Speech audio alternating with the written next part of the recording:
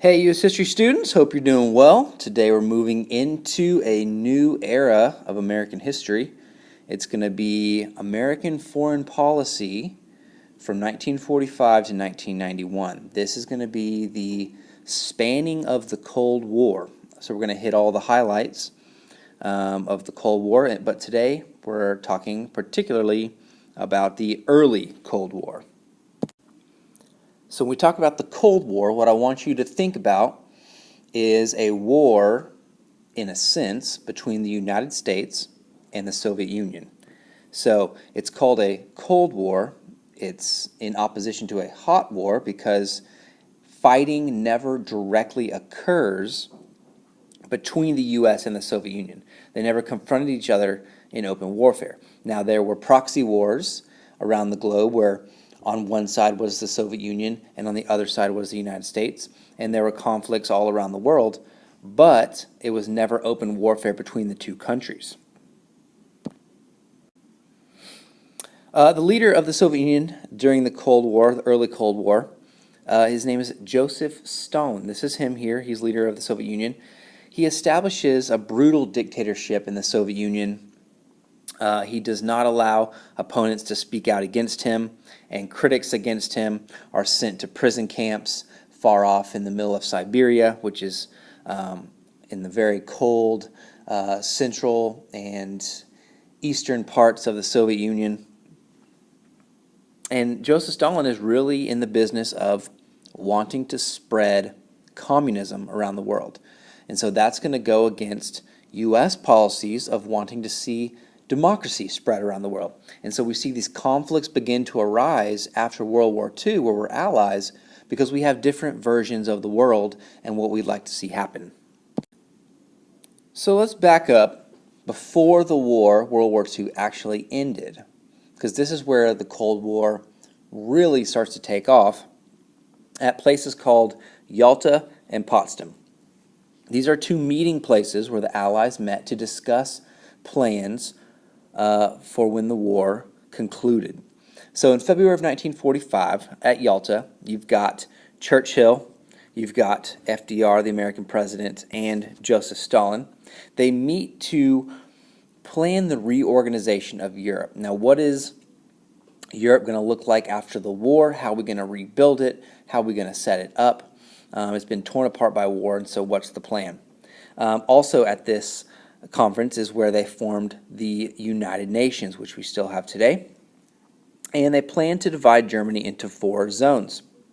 There were 4 main allied partners, and each was going to take a zone of Germany. That's going to be Britain, U.S., France, and the Soviet Union. And they agreed at Yalta to allow free elections, this is key, in countries that had been taken by Germany. So we're going to let the people of these places decide what their government type is going to be. Now later at Potsdam, Stalin changes his mind. So this is July of 1945. Truman actually replaces FDR because FDR has died at this point. He dies in April of 1945. And Stalin becomes difficult, and he refuses to allow free elections in all of the places that were under German control, including Poland. He also banned democratic parties. And so this is where the tensions really start to rise, especially between Truman and Stalin over this back and forth over whether elections were going to be allowed in these places. So here's Yalta.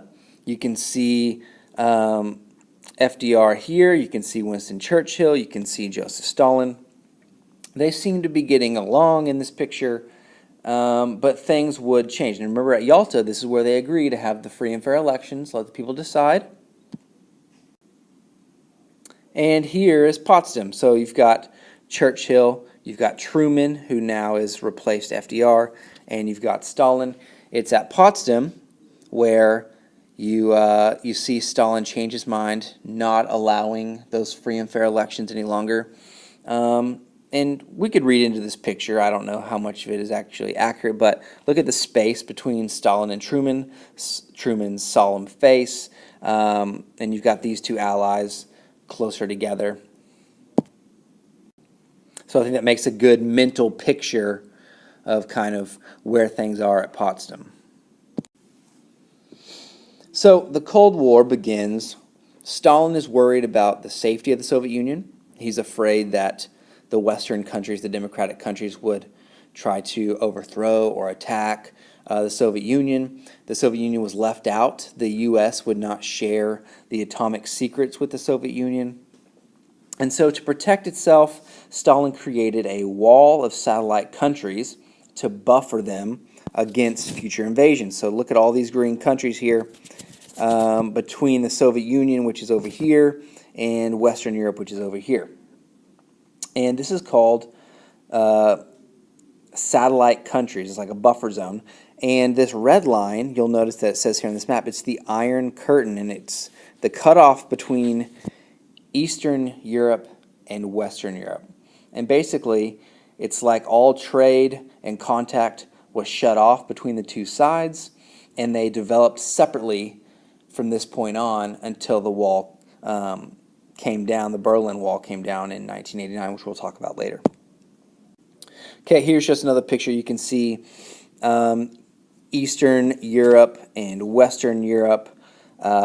You've got the Iron Curtain splitting it down here, and they're both separating and not contacting each other, and they don't have trade going on between the two sides. And the Soviet Union dominates this side, and these are its satellite countries, its buffer zone. And we get the term Iron Curtain from a speech that Winston Churchill made in March of 1946, where you'll notice that he says, "A shadow has fallen, an iron curtain has descended across the continent of Europe," and basically saying that the Eastern Europe is part of the Soviet sphere, and they're subject in one form or another to the Soviet influence in Moscow, which is the capital of the Soviet Union. And they're basically cut off from the rest of Europe, Western Europe, and they're under Soviet control, communist control.